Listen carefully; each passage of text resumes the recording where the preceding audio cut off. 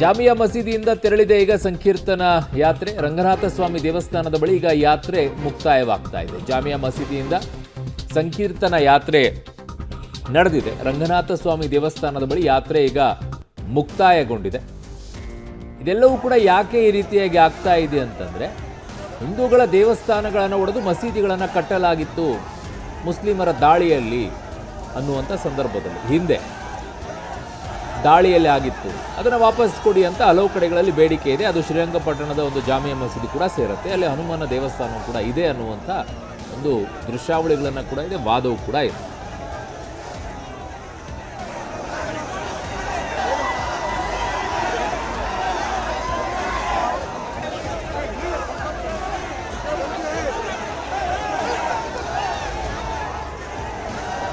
ನನ್ನ ಸಹೋದ್ಯೋಗಿ ಈಗ ವಿನಯ್ ನನ್ನ ಸಂಪರ್ಕಕ್ಕೆ ಸಿಗ್ತಾ ಇದ್ದಾರೆ, ರಾಮನಗರ ಪ್ರತಿನಿಧಿ ವಿನಯ್. ಈಗ ಈ ವಿಚಾರದಲ್ಲಿ ನೋಡೋದಾದ್ರೆ ಹಿಂದೆಯೂ ಕೂಡ, ಕಳೆದ ಬಾರಿಯೂ ಕೂಡ ಇದೇ ರೀತಿಯಾಗಿ ನಡೆದಿತ್ತು. ಒಂಚೂರು ನೂಕಾಟ ತಳ್ಳಾಟಗಳೆಲ್ಲ ಆಗಿತ್ತು. ಇದು ಪ್ರತಿ ಬಾರಿಯೂ ನಾವು ನುಗ್ಗುತ್ತೀವಿ ಅನ್ನುವಂಥ ಆಕ್ರೋಶವನ್ನ ಹೊರಹಾಕ್ತಾ ಇದ್ರು. ಇವತ್ತು ಏಕಾಏಕಿಯಾಗಿ ಈ ನಿರ್ಧಾರಕ್ಕೆ ಬಂದ್ರ ಅಥವಾ ಪೊಲೀಸರಿಗೆ ಈ ಮುಂಚೆನೆ ಮಾಹಿತಿ ಲಭ್ಯವಾಗಿತ್ತಾ ಈ ರೀತಿಯಾಗಿ ಆಗಬಹುದು ಅಂತೇಳಿ, ಅದಕ್ಕೆ ಎಚ್ಚರಿಕೆಯನ್ನು ತೆಗೆದುಕೊಂಡಿದ್ರಾ?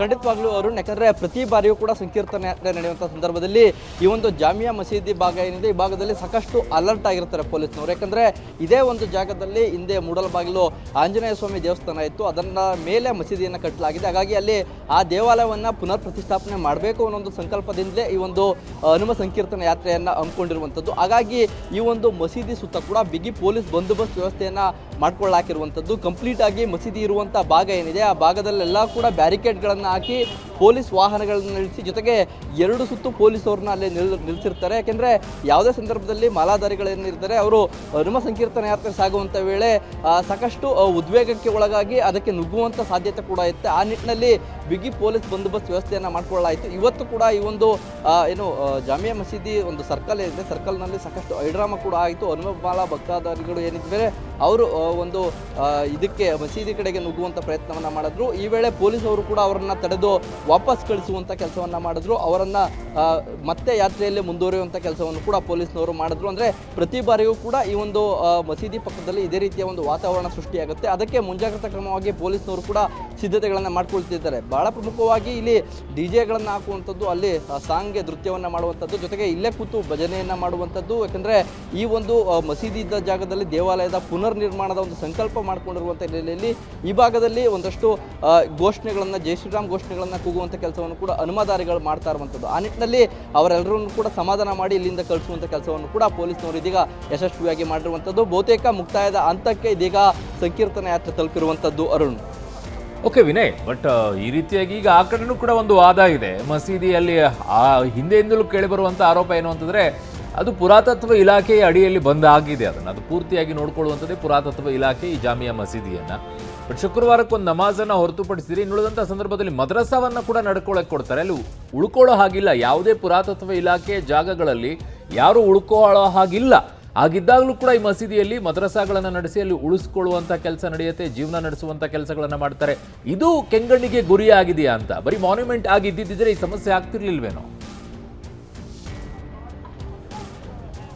ಖಂಡಿತವಾಗ್ಲೂ ಅರುಣ್, ಯಾಕಂದರೆ ಆ ಒಂದು ವಿವಾದ ಇವತ್ತು ಕೂಡ ಇರುವಂಥದ್ದು. ಅದೇ ವಿಚಾರಕ್ಕೆ ಹಿಂದೂಪರ ಸಂಘಟನೆಗಳು ಕೂಡ ಆಕ್ರೋಶವನ್ನು ವ್ಯಕ್ತಪಡಿಸ್ತಾ ಇರುವಂಥದ್ದು. ಯಾಕೆಂದರೆ ಪುರಾತತ್ವ ಇಲಾಖೆಗೆ ಸೇರುವಂಥ ಮಸೀದಿ ಆಗಿದ್ಮೇಲೆ ಅದರಲ್ಲಿ ಬೇರೆ ರೀತಿಯ ಯಾವುದೇ ರೀತಿಯ ಚಟುವಟಿಕೆಗಳಿಗೆ ಅವಕಾಶ ಇರಬಾರ್ದು. ಆದರೆ ಅಲ್ಲಿ ಮದ್ರಸವನ್ನು ನಡೆಸಲಿಕ್ಕೆ ಅವಕಾಶವನ್ನು ಕೊಟ್ಟಿದ್ದೀರಿ, ಅಂದ ಮೇಲೆ ನಾವು ಪೂಜೆ ಮಾಡಲಿಕ್ಕೆ ಕೂಡ ಅವಕಾಶವನ್ನು ಕೊಡಿ ಅನ್ನೋ ಒಂದು ಒತ್ತಾಯವನ್ನು ಈ ಒಂದು ಹನುಮ ಮಾಲಾಧಾರಿಗಳಿಗೂ ಮಾಡ್ತಾ ಇರುವಂಥದ್ದು. ಆ ನಿಟ್ಟಿನಲ್ಲಿ ಈ ಒಂದು ವಿಚಾರ ಸದ್ಯ ಕೋರ್ಟ್ನಲ್ಲಿ ಇರುವಂಥ ಹಿನ್ನೆಲೆಯಲ್ಲಿ ಅಲ್ಲಿ ಆ ಒಂದು ಮಸೀದಿ ಏನಿದೆ, ಆ ಮಸೀದಿ ಜಾಗದಲ್ಲಿ ಅಂದರೆ ಜ್ಞಾನವ್ಯಾಪಿ ಒಂದು ಮಸೀದಿಯಲ್ಲಿ ಏನು ಯಾವ ರೀತಿ ಉತ್ಖನನ ಮಾಡಲಾಯಿತು, ಅಲ್ಲಿರುವಂಥ ದೇವಾಲಯಗಳ ಬಗ್ಗೆ ಪರಿಶೀಲನೆ ಏನು ಮಾಡಲಾಯಿತು, ಹಾಗೆ ಇದೇ ರೀತಿಯ ಒಂದು ಸಮಿತಿ ರಚನೆ ಮಾಡಿ ಕಂಪ್ಲೀಟ್ ಆಗಿ ಈ ಒಂದು ಮಸೀದಿಯನ್ನು ಪರಿಶೀಲನೆ ಮಾಡಬೇಕು, ಅಲ್ಲಿರುವಂಥ ದೇವಾಲಯದ ಕುರುಹುಗಳನ್ನು ಪತ್ತೆ ಹಚ್ಚಬೇಕು ಅನ್ನೋದು ಕೂಡ ಅವರ ಒತ್ತಾಯವಾಗಿರುವಂಥದ್ದು. ಆ ನಿಟ್ಟಿನಲ್ಲಿ ಒಂದು ಸಮಿತಿ ರಚನೆ ಆಗಬೇಕು ಅನ್ನೋದು ಕೂಡ ಅವರ ಮನವಿ ಆಗಿರುವಂಥದ್ದು. ಯಾಕಂದರೆ ನಾವು ಕಾನೂನಿನ ಅಡಿಯಲ್ಲೇ ಹೋರಾಟವನ್ನು ಮಾಡ್ತೀವಿ. ಆ ನಿಟ್ಟಿನಲ್ಲಿ ಸಮಿತಿ ರಚನೆಯನ್ನು ಮಾಡಿ ಸತ್ಯಾಸತ್ಯತೆಯನ್ನು ತಿಳಿಸುವಂಥ ಕೆಲಸ ಆಗಬೇಕು ಅನ್ನೋದು ಕೂಡ ಹಿಂದೂ ಜಾಗರಣ ವೇದಿಕೆಯ ಒತ್ತಾಯ ಆಗಿರುವಂಥದ್ದು.